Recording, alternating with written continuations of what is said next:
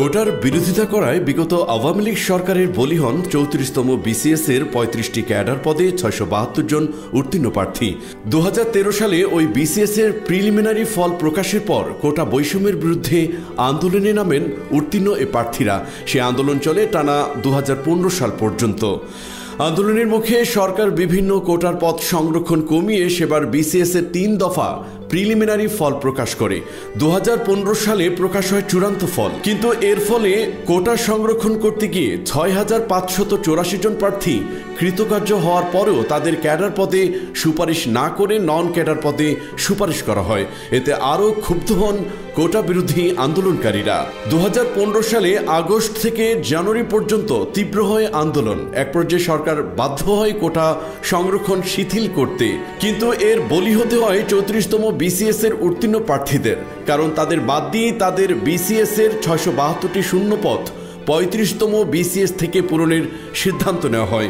এ ব্যাপারে 34তম বিসিএস এর ক্যাডার বঞ্চিত ফোরামের আহ্বায়ক ও স্বাস্থ্য ক্যাডার বঞ্চিত প্রার্থী ডাক্তার তফিজুল ইসলাম সহ 34তম বিসিএস এর ক্যাডার বঞ্চিত ফোরামের সদস্যরা ফেস দ্য পিপলকে বলেন, এবং তৎকালীন প্রধানমন্ত্রী সরাসরি 18 জুলাই 2013 সালে তিনি বক্তব্য দিয়েছিলেন যে এই কোটা আন্দোলনকারীদেরকে আমরা দেখে নিব, তারা ভবিষ্যতে কীভাবে সরকারি চাকরি পায় আমরা সেটা নিশ্চিত করব।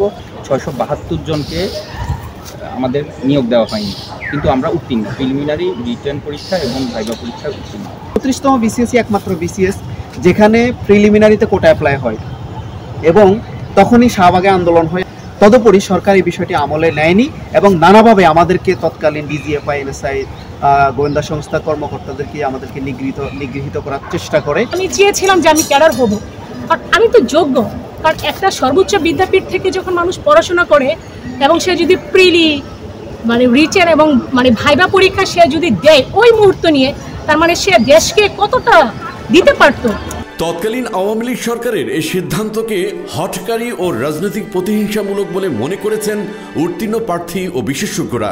এ ব্যাপারে ঢাকা বিশ্ববিদ্যালয়ের আইন বিভাগের সহযোগী অধ্যাপক কাজী মাহফুজুল হক সুপন 34তম বিসিএসকে ইতিহাসের কলঙ্ক অধ্যায় বলে অভিহিত করেছেন। 34তম বিসিএস যে একটা কালো অধ্যায়, এটা সত্য, কারণ এটা হচ্ছে বাংলাদেশ ইতিহাসের সবচেয়ে দীর্ঘতম বিসিএস। এখানে যে 3টা ফলাফল, সংশোধিত ফলাফলের সংখ্যাগুলো এরকম হয়েছে যে দ্বিগুণ থেকে অর্ধেক হয়েছে, অর্ধেক থেকে দ্বিগুণ হয়েছে, দুইটাই হয়েছে। এবং আপনি দেখবেন এই 34তম বিসিএস দুর্নীতি নিয়েও কিন্তু প্রশ্ন উঠেছে। কারণ ওখানে কিছু ফোনালাপ আমরা দেখেছি যে চাকরি যারা পেয়েছে তাদের সাথে অন্য কারো ফোনালাপ, এবং এটা নিয়ে কয়েকটা পত্রিকায় প্রতিবেদন হয়েছে। তো এই সমস্ত কারণে আমরা বলি যে এটা একটা চিহ্নিত বিসিএস। তিনি মনে করেন মেধার সঠিক মূল্যায়ন না করলে সাধারণ পরিবার কিংবা মেধাবীরা দেশ ও জাতির কল্যাণে কাজ করার স্বপ্ন দেখবে না।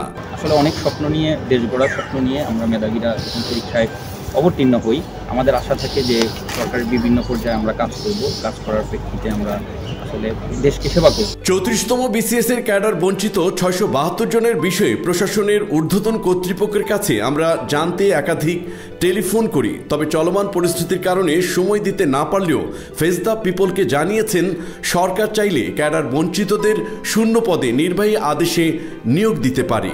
আবু তাহের নয়ন, ফেস দ্য পিপল, ঢাকা।